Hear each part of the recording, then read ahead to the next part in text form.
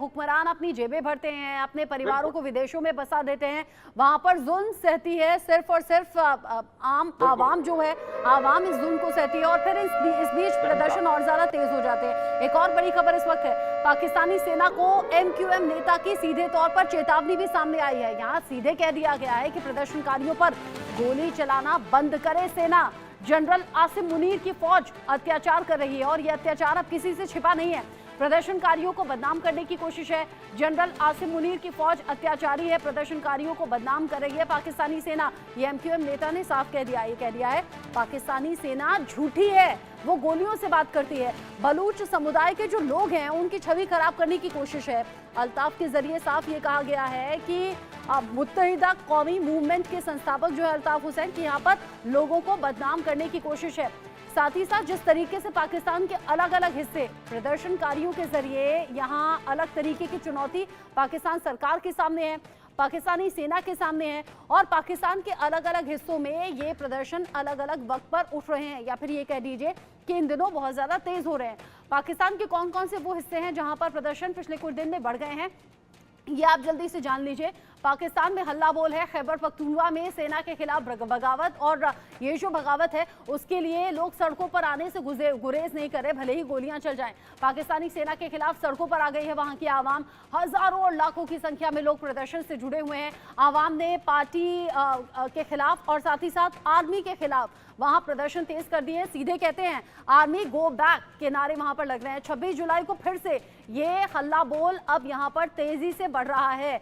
जुमे से जुलूस और रैलियां और ज्यादा तेज हो जाएंगी। 26 जुलाई वो तारीख जबकि ये प्रदर्शन और तेज होंगे। अब BLA यानी कि बलूच लिबरेशन आर्मी को भी समझिए, बलूचिस्तान के लोग आज़ादी की मांग लंबे वक्त से कर रहे हैं और इसी मांग को लेकर वो लोग सड़कों पर रहते हैं। 1947 में बलूचिस्तान को जबरन पाक में शामिल किया गया था, तभी से ये विरोध के सुर रह रहकर उठने लगे। पाकिस्तान सरकार और आर्मी के बीच में संघर्ष की जो स्थिति है वो किसी से छिपी नहीं है। इन सब के बीच में 1970 में बलूचिस्तान लिबरेशन आर्मी बनी और फिर वहां से ये जो मांग उठी वो तेजी से आगे बढ़ती रही। लेकिन पाकिस्तान के टुकड़े होने वाली बात यूके देवनासर जो हम कर रहे थे इससे पहले, आप यहाँ पश्तून पठानों के जरिए भी सीधे सीधे चैलेंज, पाकिस्तान के जो अलग अलग हिस्से हैं वहां प्रदर्शन पिछले कुछ वक्त में बहुत तेजी से बढ़े हैं। हालांकि ये लंबे वक्त से प्रदर्शन चल रहे हैं लेकिन पिछले कुछ दिन में जो तेजी आई है पाकिस्तान के टुकड़े टुकड़े क्या वाकई आप देख रहे हैं? पाकिस्तान की सरकार ने, आर्मी ने जो दमन चक्र चलाया है, अगर ऐसा ही चलता रहा तो वो दिन दूर नहीं है जब बलूचिस्तान, खैबर पख्तूनख्वा, वजीरिस्तान का एरिया और तो और पाक ऑक्युपाइड कश्मीर, गिलगित, हुंजा, ये सब पाकिस्तान से टूट जाएंगे। और तो और सिंध प्रांत के लोग भी, डोमिनेट ट्राइब है पाकिस्तान में, पंजाब के जो सुन्नी मुसलमान हैं, सिंध प्रोविंस के लोग भी इन डोमिनेंट पंजाबी सुन्नी से थोड़ा नाखुश ही दिख रहे हैं। तो पाकिस्तान के बहुत जल्दी 4 टुकड़े हो जाएंगे। इससे बचने का एक ही तरीका है कि पाकिस्तान की सरकार अपनी आर्मी को बस में लाए, ISI पर बैन लगाए, ISI को एक सिविलियन पुलिस ऑर्गेनाइजेशन बनाए जैसे कि दुनिया के ज्यादातर डेमोक्रेसीज में होती है। और सबसे बड़ी बात, पाकिस्तान की जो इस्लामाबाद की सरकार है वो समझ जाए कि डंडे के जोर से पाकिस्तान को एक साथ नहीं रख सकते। पाकिस्तान को एक साथ रखने का एक ही तरीका है, जैसे जनरल माथुर ने बताया, प्यार से, मोहब्बत से दूर दराज के लोगों को दिल के पास रखो। जी, जिस तरीके से यहाँ पर रह रहकर कोशिशें चल रही हैं, प्रदर्शन चल रहे हैं, उन सबके बीच में पाकिस्तान जहाँ पर हिंदुओं का हाल लगातार बुरा हो रहा है। एक तरफ तो वहाँ पर सिविलियंस हैं, आवाम है जो लगातार प्रदर्शन को तेज कर रहे हैं और वहाँ पर हिंदुओं का हाल और ज़्यादा बुरा या फिर ये कहिए हर दिन के साथ बुरा हो रहा है। पाकिस्तान में बेहद बुरे हाल में रह रही है हिंदू आबादी। ग्रामीण क्षेत्रों में हिंदुओं की जो बड़ी आबादी है उन पर जुल्म की भी संख्या बहुत ज़्यादा बढ़ी है। हिंदू समुदाय के पास घर और रोजगार की भी किल्लत है। हिंदू समुदाय को पढ़ाई करने में भी बहुत सी बड़ी मुश्किलें सामने आ रही हैं। यानी कि पाकिस्तान जो किसी का सगा नहीं है, ना वहाँ पर अलग अलग धर्मों के लोग खुश हैं, खुद मुस्लिम लोगों की शिकायत रहती है। अंदाजा आप लगाइए कि वहाँ पर अल्पसंख्यकों का हाल क्या होगा। जिस तरीके से वहाँ पर अल्पसंख्यकों का हाल है उसको लेकर जो चर्चा है वो सिर्फ पाकिस्तान तक सीमित नहीं रहती बल्कि अलग अलग मोर्चों पर अलग अलग देशों में इसकी फजीहत पाकिस्तान को झेलनी होती है, सामना करना होता है।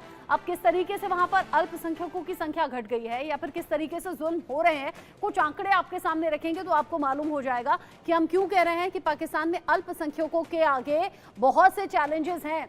यहाँ पाकिस्तान में अल्पसंख्यक हैं, हिंदू इसमें 53 लाख हैं, सिख इसमें 16,000 हैं, जैन 2,500 हैं, जो अन्य धर्मों के लोग हैं वो 73,000 हैं, ईसाई 33 लाख हैं, यहाँ पर अमहदी जो हैं 1,63,000 की संख्या में है। और ये संख्या अगर आप शुरुआत से लेकर अब तक देखें तो बहुत ज़्यादा घट गई है।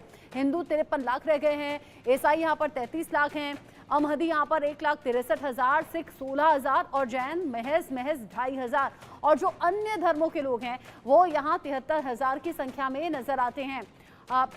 अनुज माथुर सर, ये जो अल्पसंख्यकों के आंकड़े हैं पहले के मुकाबले बहुत तेजी से घटे भी हैं और ये जो संख्या घटती है इसके पीछे सबसे बड़ा रीजन वहां जुल्म ज्यादती है, जो बहुत बेसिक अधिकार होते हैं वो भी यहाँ लोगों से छीन लिए जाते हैं। बिल्कुल बिल्कुल रचना, आपने बहुत सही आकलन किया, बिल्कुल सही कह रही हैं आप। देखिए, जिस देश में, जिस राष्ट्र में आपके अपने लोगों के लिए उनके पास, अब आप देखें जो पीओके में है वो तो वहां तो लोग उनके वहां पर जो मुसलमान है वो भी खुश नहीं है। एक इनकी जो शुरू से नीति रही है कि किसी को भी और आगे बढ़ने न दिया जाए, कोई भी और कम्युनिटी, ये इस्लामिक राष्ट्र है और यहाँ इस्लाम पंथ को फॉलो करने वालों के अलावा किसी और के लिए रहने का हक नहीं है।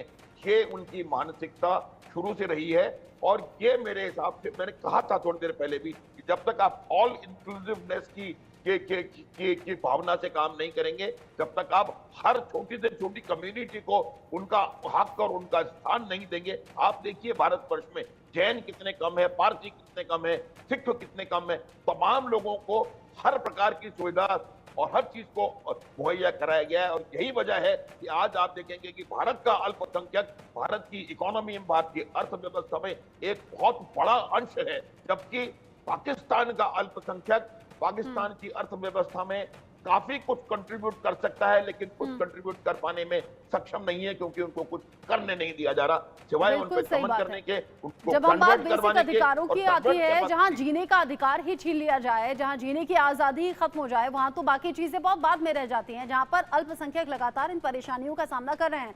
मेजर जनरल अनुज माथुर सर, साथ ही साथ यूके देवदास साहब, बहुत शुक्रिया आप दोनों का मेरे साथ में जुड़ने के लिए।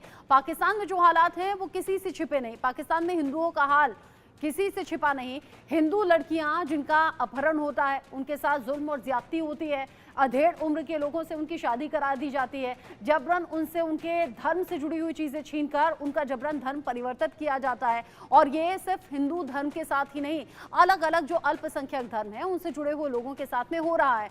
पाकिस्तान में क्यों आंकड़े लगातार अल्पसंख्यक लोगों के घट रहे हैं, पाकिस्तान कैसे बेशर्मी के साथ इन रिपोर्ट्स को नकार देता है, ये रिपोर्ट देखेंगे तो पाकिस्तान की सच्चाई आप जान सकेंगे।